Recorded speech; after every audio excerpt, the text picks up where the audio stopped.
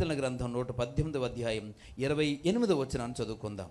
కీర్తనల గ్రంథం 118వ అధ్యాయం 28వ వచనం, దేవుని ఘనపరచువానికి ఘనత కలుగును.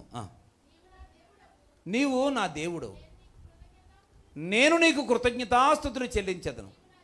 నీవు నా దేవుడవు, నిన్ను ఘనపరిచెదను. నువ్వు దేవుణ్ణి ఘనపరిస్తే నీకు ఘనత. దేవుని తృణీకరించే వారికి ఘనత కాదు, దేవుణ్ణి ఘనపరిచే వారికే సమాజంలో ఘనత, చరిత్రలో ఘనత, పరిశుద్ధ స్థలములో ఘనత. దేవునికి స్తోత్రం. నేను ఏం చేయాలి? దేవుణ్ణి ఘనపరిచే వారంగా మనం ఉండాలి. దేవుణ్ణి ఘనహీనం చేయకూడదు. దేవుణ్ణి ఘనపరచడంలో పాటల ద్వారా దేవుణ్ణి ఘనపరచవచ్చు, సాక్ష్యాల ద్వారా దేవుణ్ణి ఘనపరచవచ్చు. పిల్లరం ఇంకా మనం కృతజ్ఞత కూటాల ద్వారా దేవుణ్ణి ఘనపరచవచ్చు. కొన్ని సత్కార్యములు చేయటం ద్వారా కూడా దేవుణ్ణి మనం ఘనపరచవచ్చు. దేవునికి స్తోత్రం. కనుక దేవుని బిడ్డలమైన మనందరం కూడా ఎక్కడికి వెళ్ళినా కానీ ఏం తేవాలి? దేవుడికి మహిమ తెచ్చేటువంటి వారిగా ఉండాలా, ఘనత తెచ్చేటువంటి వారిగా మనం ఉండాలి. దేవునికి స్తోత్రం. మాట చేత కానీ క్రియ చేత కానీ మీరు ఏమి చేసినను ప్రభువైన యేసుక్రీస్తునకు మహిమ చెల్లించినట్లుగా, కృతజ్ఞతాస్తుతులు చెల్లించినట్లుగా మీరు చేయుడి అనే మాట కొలసీ పత్రికలో పౌలు చెప్తాడు. దేవునికి స్తోత్రం. పిల్లరా, మనం ఏం చేసినప్పటికీ కూడా దేవుడిని ఏం చేయాలి? ఘనపరచాలి. ఈరోజు ఘనపరచగలుగుతున్నామా? నీ హృదయములో దేవుణ్ణి ఘనపరిచేటువంటి మనసు నీకుందా? పిల్లలు, ఎంతసేపు ఇంకా అవసరాల నిమిత్తం అడుగుతూనే ఉంటున్నావు, దేవుడు చేయలేదని నిరాశపడుతూనే ఉన్నావు, నిందలేస్తూనే ఉన్నావు. సమాజంలో అందరి ముందు నా దేవుడు గొప్పవాడు, ఆయన అద్భుత కార్యాలు చేశాడు అని చెప్పడానికి బదులు, దేవుడు ఇగో ఈ అవసరం తీర్చలేదు, ఈ రోగం బాగు చేయలేదు, ఈ యొక్క కార్యం దేవుడు చేస్తాడనుకున్నాను చేయలేదు అన్నట్లుగా అవమానకరంగా నువ్వు మాట్లాడుతూ ఉన్నావు, అవమానకరంగా నువ్వు ప్రవర్తిస్తూ జీవిస్తూ ఉన్నావు. మరి దేవుని బిడ్డ, అది నీకు సరికాదు. దేవునికి స్తోత్రం. నువ్వు తగ్గించుకొని దేవుణ్ణి ఘనపరచడం నేర్చుకోవాలి. మనుషులను ఘనపరచడం కాదు, దేవుణ్ణి ఘనపరచడానికి ప్రయత్నం చేయాలి. దేవునికి స్తోత్రం. ఎందుకనంటే దేవుడు ఇప్పుడే కాదు, యుగాంతం వరకు మనం బ్రతికి ఉన్నంతకాలం మనతో ఉండి కార్యాలు చేసేవాడు దేవుడు. దేవునికి స్తోత్రం. పిల్లరా, ఆయన్ని ఘనపరుచుకుంటే ఆయన మనపక్షంగా ఉంటాడు. ఎప్పుడైతే ఆయన్ని మనం కలిగి ఉంటామో, మనం బ్రతికినంత కాలము మనకు గొప్ప ధైర్యం అండి. ఈరోజు పిల్లరా, మనకు అందరూ నలుగురు ఉంటారు, నేనున్నా సహాయపడతానంటారు. పిల్లరా, ఈరోజు వృద్ధాప్యానికి వచ్చిన తర్వాత ఎవరి దారి వాళ్ళే చూసుకుంటారు. ప్రియ దేవుని బిడ్డలారా, నీతో దేవుడు ఉంటే నేను అందరూ చూస్తారు, నీతో దేవుడు లేకపోతే ఎవరు నిన్ను కన్నవారు పట్టించుకోరు, తోడబుట్టిన వాళ్ళు పట్టించుకోరు. పిల్లరా, మనతో ఎవరు ఉండాలా? దేవుడు ఉండాలి. దేవునికి స్తోత్రం. హల్లెలూయా. ప్రియ దేవుని బిడ్డలారా, ఈరోజు మనం దేవుణ్ణి కలిగి ఉండాలా. నేను ఒక మాట చెప్తాను, తెలివైన స్త్రీ ఎవరో ఒక మాట చెప్తాను చూడండి. మీకు ఒక చిన్న సందర్భం చెప్తాను. ఒక ఆమెకి ఒక ఇద్దరు పిల్లలు ఉన్నారు. అయితే ఆ భర్తకి భార్యకి గొడవ వచ్చింది. భార్య భర్తల ఇద్దరికి గొడవ వచ్చిందండి.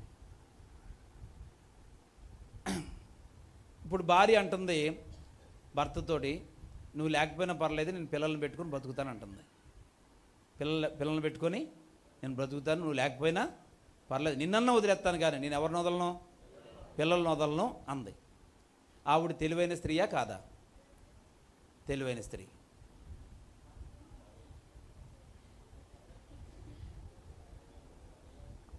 పిల్లరా, ఇంకా కాదా?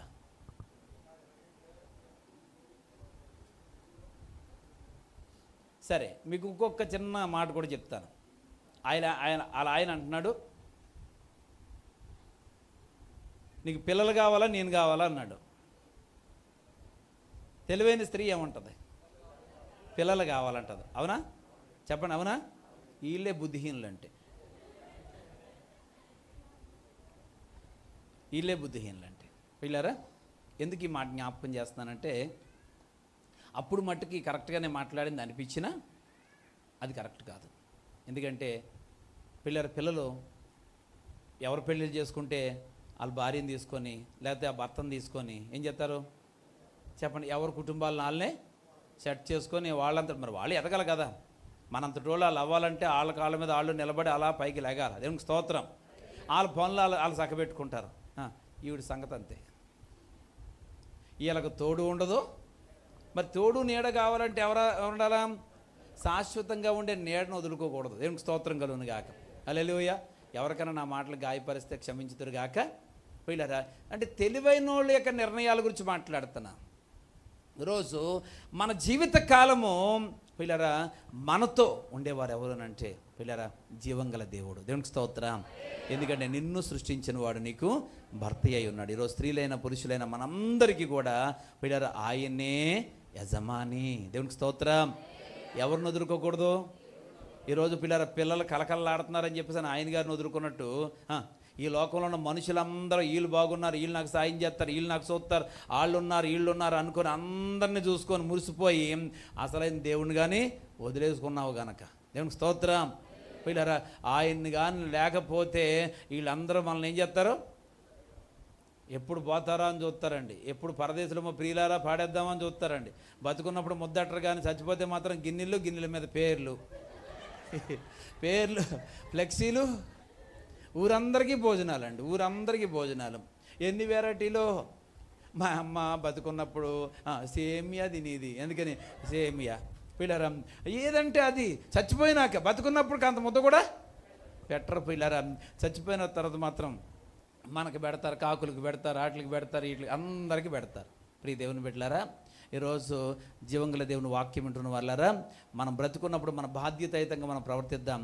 జీవితాంతకాలం కూడా మన పరమ తండ్రి అయిన దేవదేవుడిని మాత్రం విడిచిపెట్టొద్దు. ఆయన్ని ఘనపరుచుకుంటే ఆయన మనతో ఉంటాడు. దేవునికి స్తోత్రం.